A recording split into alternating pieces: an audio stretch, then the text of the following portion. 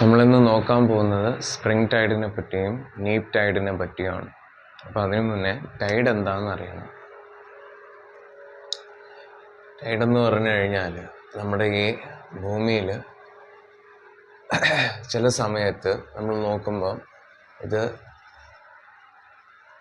Land area ആണെന്ന് വിചാരിക്കുക, ഇത് സീ ആണെന്ന് വിചാരിക്കുക. ചില സമയം എന്തായിരിക്കും, കടൽ നല്ല കരയിലോട്ടേക്ക് നല്ല പോലെ കയറും. അതിനെയാണ് നമ്മൾ ഹൈ ടൈഡ് എന്ന് പറയുന്നത്. അതേസമയം ഇത് ലാൻഡ് ഏരിയയും ഇത് സീയും ആവുമ്പോൾ ചില സമയം കടൽ നല്ല ഉൾവലിയും. അതിനെ നമ്മൾ ലോ ടൈഡ് എന്ന് വിളിക്കും. അപ്പം എങ്ങനെയാണെന്ന് വെച്ച് കഴിഞ്ഞാൽ ഇതിൻ്റെ പ്രധാന ആളെന്ന് പറയുന്നത് മൂണാണ്. ചന്ദ്രനാണ് ഇതിൻ്റെ പ്രധാനപ്പെട്ട ഘടകം എന്ന് പറയുന്നത്. അപ്പം മൂണിൽ നിന്നൊരു ഗ്രാവിറ്റേഷൻ പുള്ള് എക്സേർട്ട് ചെയ്യും, അതേപോലെ തന്നെ എർത്തിൽ നിന്ന് എന്താണ് ഗ്രാവിറ്റേഷൻ പുള്ള് എക്സേർട്ട് ചെയ്യും. അപ്പോൾ ഇതിൻ്റെ ഭാഗമായിട്ട് ഈ മൂണിൽ നിന്നുള്ള ഗ്രാവിറ്റേഷൻ പുള്ളാണ് ടൈഡ്സിൻ്റെ മെയിൻ കാരണം. അപ്പോൾ മൂൺ എവിടെയാണോ എർത്തിനെ ഫേസ് ചെയ്യുന്നത്, ആ എർത്തിനെ ഫേസ് ചെയ്യുന്ന സ്ഥലത്ത് ഹൈ ടൈഡ്, അവിടെ വെള്ളം കൂടും. അപ്പോൾ അതേസമയം അതിൻ്റെ ഓപ്പോസിറ്റായിട്ടും ഒരു ഫോഴ്സ് എക്സേർട്ട് ചെയ്യും. എവിടെയാണോ മൂണുള്ളത് അതിൻ്റെ അതേ ഭാഗത്തായിട്ട് അതിൻ്റെ നേർ ഓപ്പോസിറ്റായിട്ട് എന്ത് ചെയ്യും, ഇവിടെ ഒരു ടൈഡ് ഫോം ചെയ്യും. അതിനെ നമ്മൾ സെൻട്രിഫ്യൂഗൽ ഫോഴ്സ് കാരണമായിട്ടാണ് ഇങ്ങനെ ഒരു ഇത് ഉണ്ടാകുന്നത്.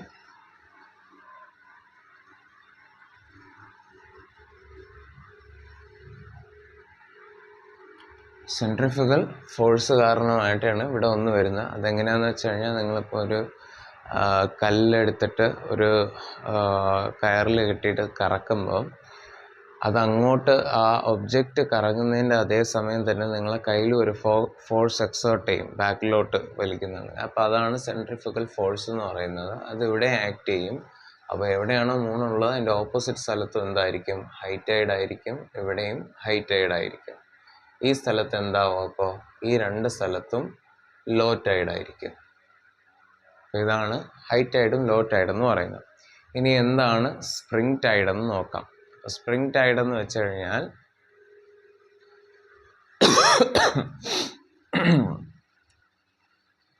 ഇപ്പം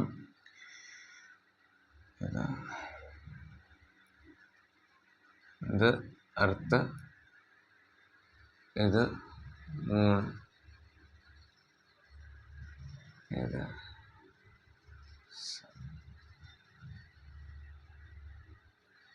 എർത്തും മൂണും സണ്ണും, സൂര്യനും ചന്ദ്രനും ഭൂമിയും സ്ട്രെയിറ്റ് ലൈനിന് വരുന്ന സമയത്താണ് സ്പ്രിംഗ് ടൈഡ് ഉണ്ടാകുന്നത്. അത് ഫുൾ മൂൺ ഡേയിലാകാം, അല്ലെങ്കിൽ ന്യൂ മൂൺ ഡേയിലാകാം. അമാവാസിയും അതുപോലെ തന്നെ പൂർണ്ണചന്ദ്രനും ഉണ്ടാകുന്ന സമയത്ത്. അപ്പം അങ്ങനെയുള്ള സമയങ്ങളിൽ ഈ ടൈഡുകളിൽ ഒന്നുകൂടെ മനസ്സിലാക്കേണ്ട കാര്യമുണ്ട്. ടൈഡിലെ പ്രധാന ആൾക്കാരെന്ന് പറയുന്നത് ഒന്ന് മൂണാണ്, രണ്ടാമത്തെ സണ്ണാണ്, പിന്നെ ഉള്ളത് സെൻട്രിഫ്യൂഗൽ ഫോഴ്സാണ്. അപ്പോൾ അത് നിങ്ങൾക്ക് അറിയാം.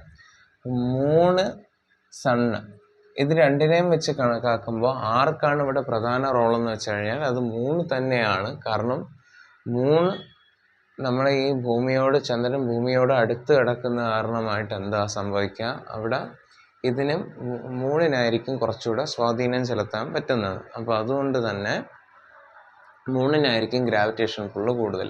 അപ്പോൾ സണ്ണിൻ്റെ ഗ്രാവിറ്റേഷൻ പുള്ളും മൂണിൻ്റെ ഗ്രാവിറ്റേഷൻ പുള്ളും കാരണമായിട്ടാണ് എന്തുണ്ടാകുന്നത്, ടൈഡ്സ് ഉണ്ടാകുന്നത്. അതിലിപ്പോൾ സ്പ്രിംഗ് ടൈഡ് എന്ന് പറയുമ്പോൾ സ്ട്രെയിറ്റ് ആയിട്ട് വരുമ്പോൾ ആ സമയത്ത് സൂര്യൻ എന്ത് ചെയ്യും, ഈ പറയുന്ന മൂണും ഇത് എക്സേർട്ട് ചെയ്യും, അതേപോലെ തന്നെ സണ്ണും എന്ത് ചെയ്യും, ഇതിനെ വലിക്കും, ഈ പറയുന്ന ഗ്രാവിറ്റേഷൻ പുള്ള് കൊടുക്കും. അപ്പോൾ അഡീഷണലായിട്ട് ഭയങ്കര ശക്തമായിട്ടുള്ള ഒരു ഗ്രാവിറ്റേഷൻ പുള്ള് കിട്ടുകയാണ്. ആ സമയത്ത് എന്ത് ചെയ്യും, ഈ എർത്തിലുണ്ടാകുന്ന ഓഷ്യൻ അല്ലെങ്കിൽ വാട്ടർ ബോഡീസ് എല്ലാം ഇങ്ങനെ വരികയും അതിൻ്റെ ഭാഗമായിട്ട് എന്തുണ്ടാകും, ഇവിടെ ഹൈ ടൈഡ് ഉണ്ടാകും. ഇവിടെ എന്തുണ്ടാകും, ഇവിടെ ഹൈ ടൈഡ് ഉണ്ടാകും. അതേസമയം ഇപ്പുറത്തൊക്കെ എന്തായിരിക്കും, ലോ ടൈഡ് ആയിരിക്കും. അതേപോലെ മൂണെന്തെങ്കിലും കറങ്ങി ഈ സ്ഥലത്ത് വരുമ്പോഴും ഇവിടെ വരുമ്പോഴും എന്തുണ്ടാകും? ഈ പറയുന്ന സെയിം കാര്യങ്ങൾ, സൂര്യനും ചന്ദ്രനും ഒരേപോലെ തന്നെ ഫോഴ്സ് എക്സർട്ട് ചെയ്യുകയും അത് കാരണമായിട്ട് ഹൈ ടൈഡും ലോ ടൈഡും ഉണ്ടാകും. അപ്പോൾ ഈ സമയത്ത് പ്രത്യേകത എന്താണെന്ന് വെച്ച് കഴിഞ്ഞാൽ ഹൈ ടൈഡ് ഭയങ്കര ഹൈ ആവുകയും ലോ ടൈഡ് ഭയങ്കര ലോ ആവുകയും ചെയ്യും. ഹൈ ടൈഡ് ഭയങ്കര ഹൈ ആവുകയും ലോ ടൈഡ് ഭയങ്കര ലോ ആവുകയും ചെയ്യും. അതിനെയാണ് നമ്മൾ എന്തെന്ന് പറയുന്നത്? സ്പ്രിംഗ് ടൈഡ് എന്ന് പറയുന്നത്.